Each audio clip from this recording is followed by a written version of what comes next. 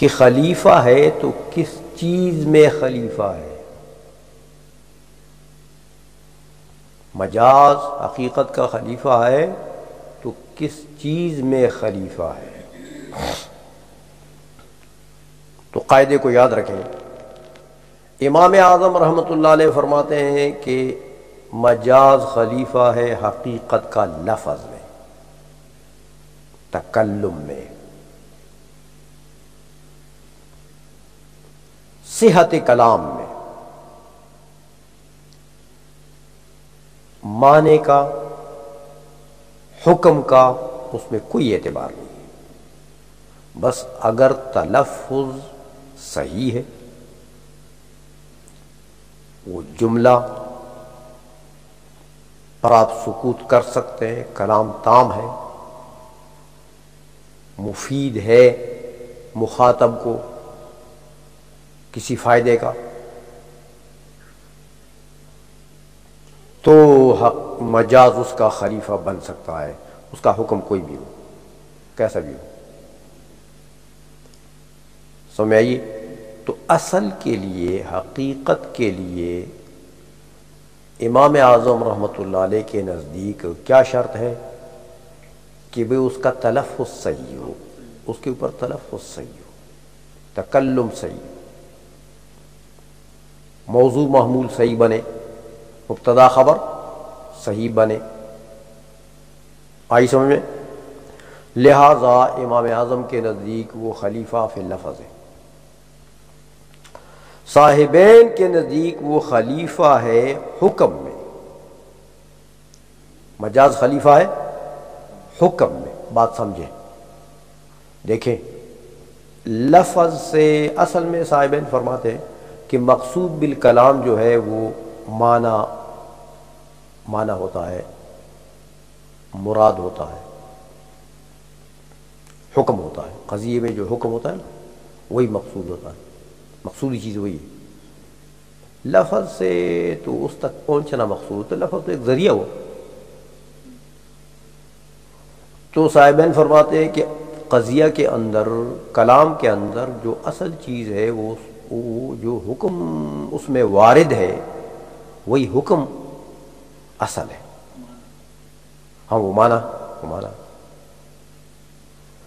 تو لہذا حقیقت میں اگر حکم صحیح ہے، حکم صحیح ہونا کیا مطلب؟ ہاں یعنی حقیقت میں جو کلام ہوا ہے اگر وہاں پر وہ حکم جو اس میں بیان ہے وہ اگر ممکن ہے، ممکن الوقوع ہے، تو مجاز اس کا خلیفہ آ سکتا ہے. پھر ممکن تو ہے لیکن وہ لیا نہیں جاتا. ممکن ہے، ٹھیک ہے، صحیح ہے، تو پھر مجاز اس کا خلیفہ ہو سکتا ہے. اور اگر اصل میں حقیقت میں جو حکم بیان ہے وہ حکم اگر ممکن ہی نہیں ہے تو مجاز خلیفہ کس کا ہوگا؟ مجاز خلیفہ کس کا ہوگا؟ وہ تو اصل ہی نہیں ہے وہاں پر. تو جب اصل ہی نہیں ہے تو خلیفہ کدھر سے آئے گا؟ جس کا پیر ہی نہیں ہے وہ خلافت کیسے بتائے گا کہ میں خلیفہ ہوں؟ اس کا تو سلسلہ ہی منقطع. سمجھ میں بات آ گئی ہے؟ تو صاحبین فرماتے ہیں کہ مجاز جو ہے یہ حقیقت کا خلیفہ ہے لیکن فی الحکم. اور فی الحکم کے خلیفہ ہونے کا مطلب آپ نے سمجھ لیا کہ وہ مراد یہ لیتے ہیں کہ جو اصلی کلام ہے، جو حقیقی معنی ہے اس کا، اگر وہ ممکن ہے اس کا مراد لینا تو پھر مجاز، اور پھر نہیں مراد لیا جاتا، ممکن تو ہے مراد لینا لیکن لیا نہیں جاتا، تو پھر مجاز اس کا خلیفہ ہو سکتا ہے. اور اگر اس کا مراد لینا ممکن ہی نہیں ہے، صحیح ہی نہیں، تو پھر نہیں، کیونکہ پھر خلیفہ کس کا ہے؟ سمجھ میں آ گئی ہے؟ یہ امام اعظم رحمۃ اللہ علیہ اور صاحبین کا یہ اختلاف ہے. تو امام اعظم رحمۃ اللہ علیہ حکم کا کوئی لحاظ نہیں کرتے اس میں، حکم اصل میں حکم صحیح ہے یا حکم غلط ہے، حکم مراد لے سکتے ہیں، ممکن المراد ہے یا نہیں ہے، اس کا کوئی اعتبار نہیں، بس لفظ کی بات کرو۔ اور اصل میں حضرت امام اعظم رحمۃ اللہ کی فکر تو بہت عمیق ہے نا، بہت ڈوبے جاتے ہیں، بہت گہرے جاتے ہیں۔ دیکھیں امام اعظم فرماتے ہیں کہ مجھے یہ بتاؤ کہ یہ حقیقت اور مجاز لفظ کے احکام ہیں، لفظ کی صفات ہیں کہ یہ معنی کی صفات ہے؟ آپ پڑھ چکے ہیں، یہ تو لفظ کی صفت ہے، حقیقت بھی لفظ کی صفت ہے، مجاز بھی، تو یہ حکم کدھر سے لے آئے ہو تم؟ جب مجاز کہتے ہی لفظ کو ہے، حقیقت کہتے ہی لفظ، وہ ہیں ہی صفات الفاظ کے، تو پھر اس میں اعتبار الفاظ کا ہوگا، ان کا اطلاق احکام پر ہوتا، معانی پر ہوتا، معانی کو تو تھوڑا سا دخل ہے اس میں، اصل تو یہ صفات ہے کس کے؟ الفاظ کے۔ اس لیے فرماتے ہیں امام اعظم رحمۃ اللہ کہ حکم کا یہاں کوئی لحاظ نہیں، بس بات ہے اصل صفت کی کہ یہ حقیقت اور مجاز کس کی صفات ہے، اس کا لحاظ ہوگا اس میں، اور وہ صفات ہیں لفظ کی۔ بات سمجھ میں آ گئی ہے؟ اچھا، تو فرماتے ہیں کہ دیکھو، ہاں ترجمہ کرو، ثم المجاز عند ابی حنیفہ خلف عن الحقیقت فی حق اللفظ۔ مجاز جو ہے یہ امام اعظم رحمۃ اللہ کے نزدیک یہ خلیفہ ہے حقیقت کا حق لفظ میں، وعندہما، اور صاحبین کے نزدیک یہ خلف عن الحقیقت فی حق الحکم۔ سمجھ آ گئی ہے؟ اچھا، یہ بات ختم ہو گئی، تفریع بٹھاتے ہیں اس کے اوپر۔ حتی لو کانت الحقیقت ممکنۃ فی نفسہا، صاحبین کے نزدیک اگر حقیقت فی نفسہا ممکن ہے، جو حکم وارد ہے نا وہاں پر حقیقی کلام میں، اگر وہ حکم ممکن المراد ہے، مراد لیا تو نہیں جاتا لیکن اس کا مراد لینا ممکن ہے، ہاں الا انہ امتنع العمل بہا لمانع، ممکن تو ہے لیکن عمل اس کے اوپر کیوں ممتنع ہے، مراد کیوں نہیں لیتے ہو؟ لمانع، وہ ایک رکاوٹ کی وجہ سے اس کو مراد نہیں لے سکتے، تو کہتے ہیں پھر ٹھیک ہے، یصار الی المجاز، پھر مجاز کی طرف ہو پھیر لیا جائے گا۔ وَإِلَّا صَارَ الْكَلَامُ لَغْوًا، اور اگر حقیقت ممکن المراد ہی نہیں ہے، ہاں تو کلام لغو ہو جائے گا ان کے نزدیک، بات ختم، مجاز کی طرف تو جایا نہیں جا سکتا، کیونکہ مجاز تو خلیفہ ان کے نزدیک حکم میں ہے، حکم ممکن المراد ہی نہیں ہے، تو اب خلیفہ کس کا؟ لہذا کلام لغو۔ آئی سمجھ میں؟ وعندہ، اور امام اعظم رحمۃ اللہ کے نزدیک دیکھو، اگر حقیقت میں جو حکم وارد ہے وہ حکم اگر ممکن المراد ہی نہیں ہے، پھر بھی یصار الی المجاز، پھر بھی مجازی، کلام لغو نہیں ہوگا،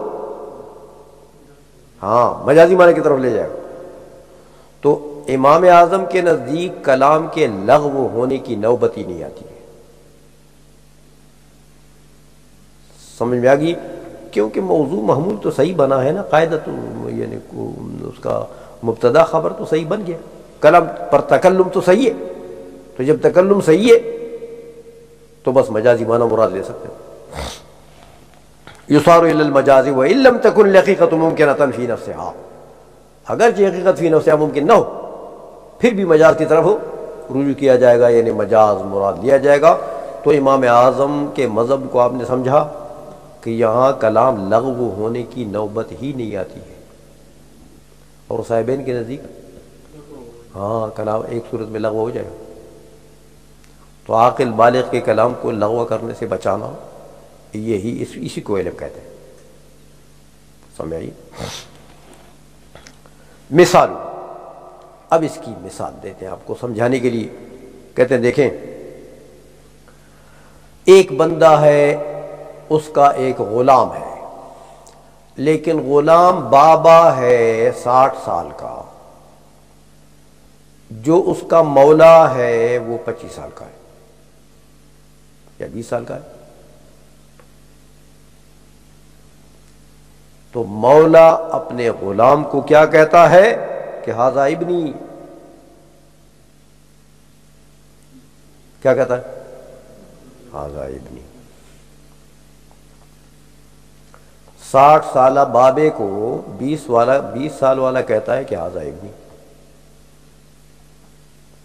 اچھا، لیکن یہ بتائیں کہ ھذا کیا بنا ترکیب میں؟ مبتدا، ابنی یہ مضاف مضاف الیہ اس کی خبر. تلفظ صحیح ہے کہ نہیں؟ کلام صحیح ہے نا؟ تو لہذا اس کا معنی مجازی ہے، ابن کا معنی مجازی مراد لیا جا سکتا ہے. حقیقی حقیقت تو معجور ہے، حقیقت تو یہاں ممتنع ہے کیونکہ وہ 60 سال کا ہے، تو حقیقی معنی تو مراد نہیں لیا جا سکتا. حقیقت تو ممکن العمل بھی نہیں ہے، اس کا امکان ہی نہیں ہے. تو امام اعظم رحمۃ اللہ کے نزدیک کیا ہوگا؟ مجاز کی طرف جایا جائے گا. مجاز ابن بمعنی حر، ھذا ابنی ھذا حر، تو غلام آزاد ہو جائے گا.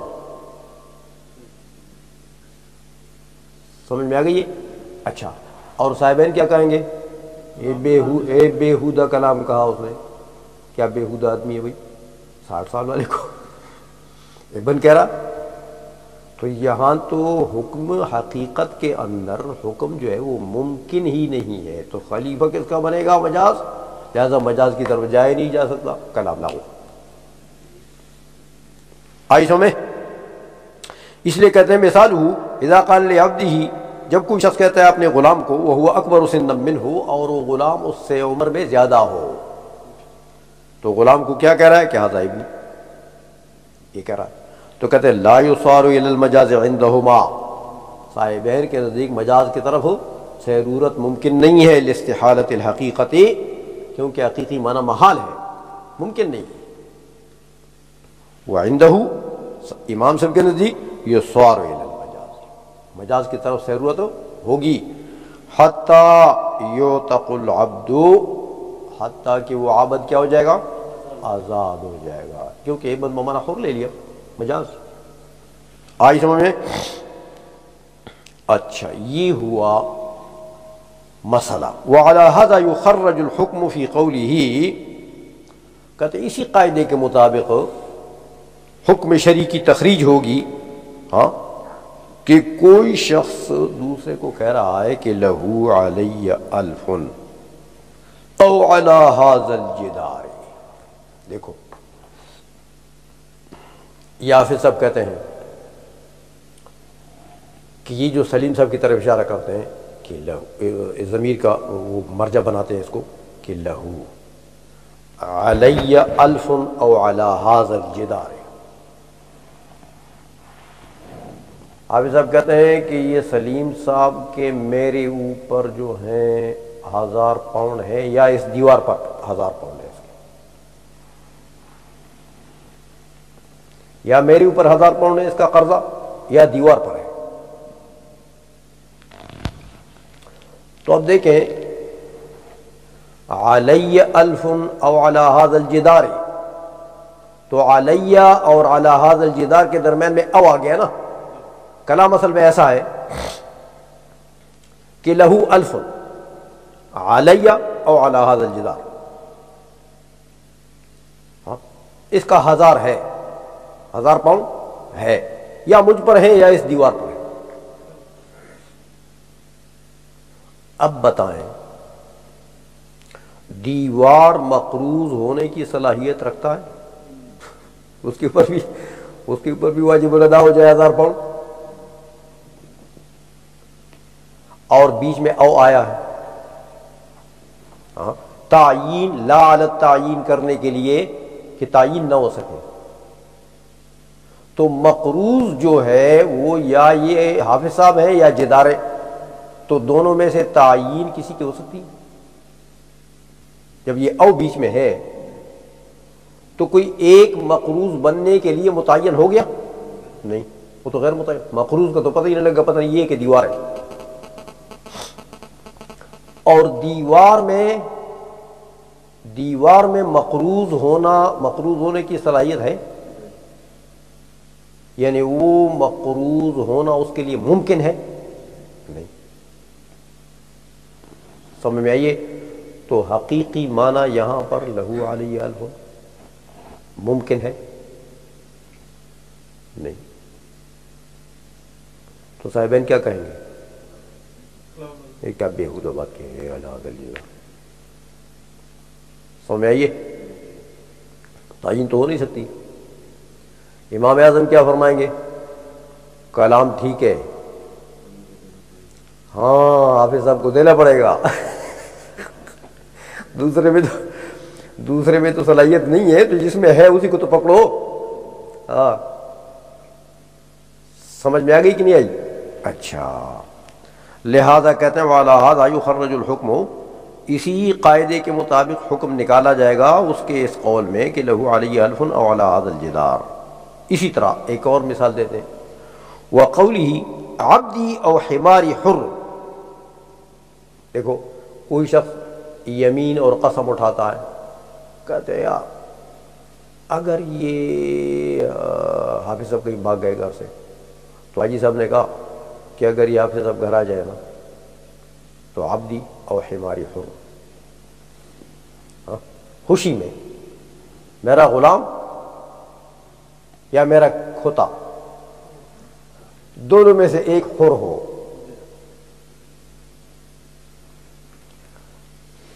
اب وہ نظر تو انہوں نے مانی ہے حریت کی، لیکن دو چیزوں کے درمیان میں اولیا ہے، ایک ہے عبد اور ایک ہے کھوتا.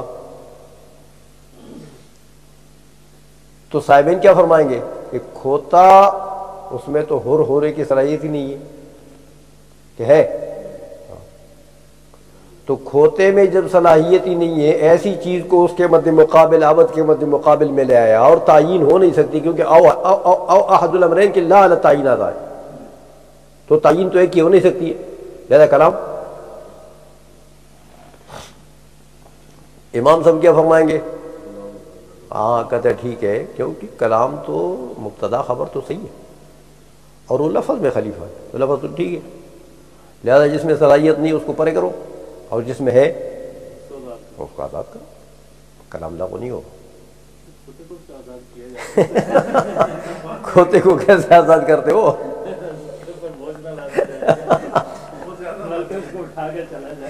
وہ حریت نہیں کہلاتی نا. ہاں وہ تو تم نے وہ بحیرہ بنا دیا ان کا. اچھا سمجھ میں آ گئی ہے؟ اچھا یہ ہو گیا بس. آگے یہ چند ایک سوالات ہو رہے ہیں، تو ان سوالات کا پھر آگے جواب دیں گے.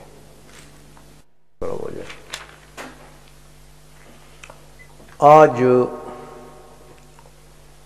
یہ ولا یلزم علی ھذا سے ایک سوال کا جواب دے رہے ہیں.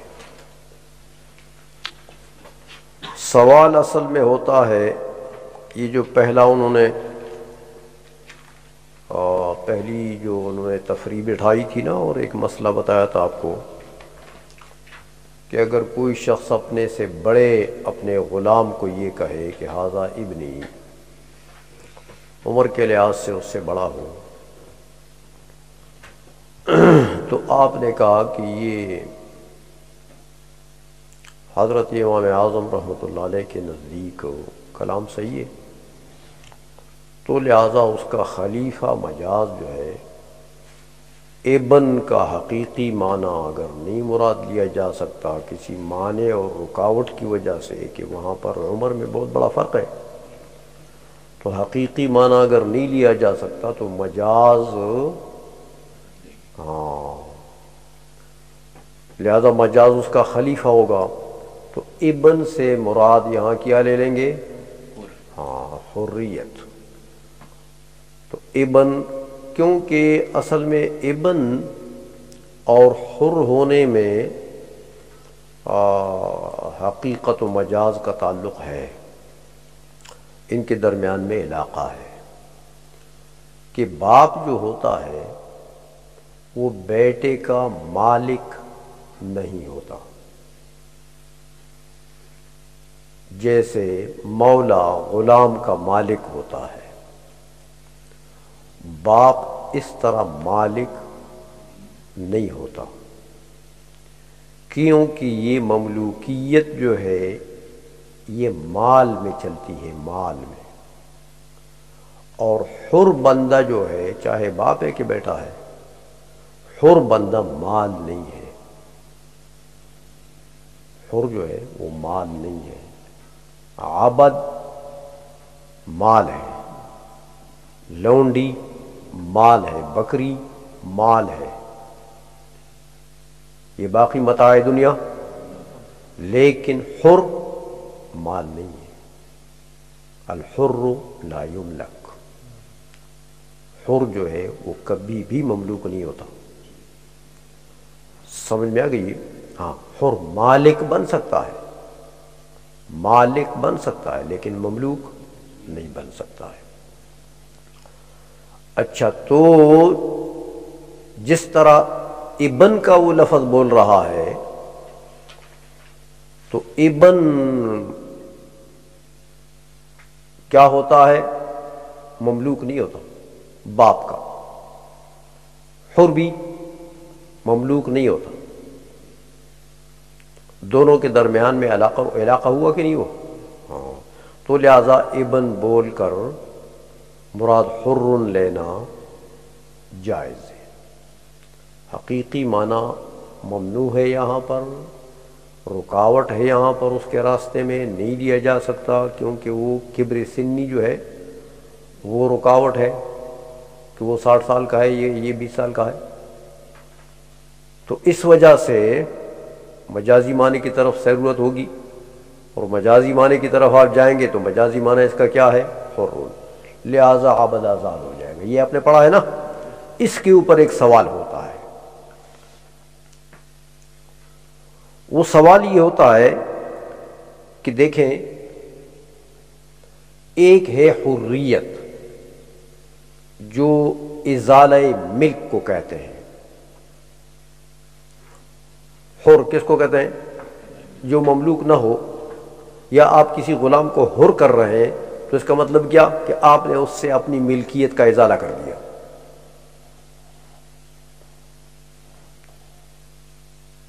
ابھی بتایا آپ کو کہ حر جو ہے وہ مملوک نہیں ہوتا، تو حریت اگر آپ حر کر رہے ہیں کسی کو، آزاد کر رہے ہیں کسی کو، تو اس کے معنی یہ ہے کہ آپ ازالہ ملکیت کر رہے ہیں، سمجھ میں آ گئی ہے؟ تو ابن اگر حرن کے معنی میں صحیح ہے غلام کے لیے، تو پھر تو اگر ایک شخص اپنی بیوی کو یہ کہتا ہے کہ ہذہ بنتی، تو بنتی کا جو لفظ ہے یہ طلاقن کے معنی میں بھی، طالقن کے معنی میں بھی صحیح ہونا چاہیے، کیوں کہ طلاق نام ہے کس کا؟ ازالہ ملک متع کا، نکاح کی وجہ سے شوہر کو جو اس کے ملک متع حاصل ہے، طلاق نام ہے اس کے ازالے کا، تو وہ بھی ازالہ ملک، کون؟ حریت، طلاق بھی ازالہ ملک، تو یہاں تو اس کی بیوی ہے، وہ مملوک تو نہیں ہے، اس کی لونڈی تو نہیں ہے، لیکن وہ جو شوہر ہے وہ مالک تو ہے اس کے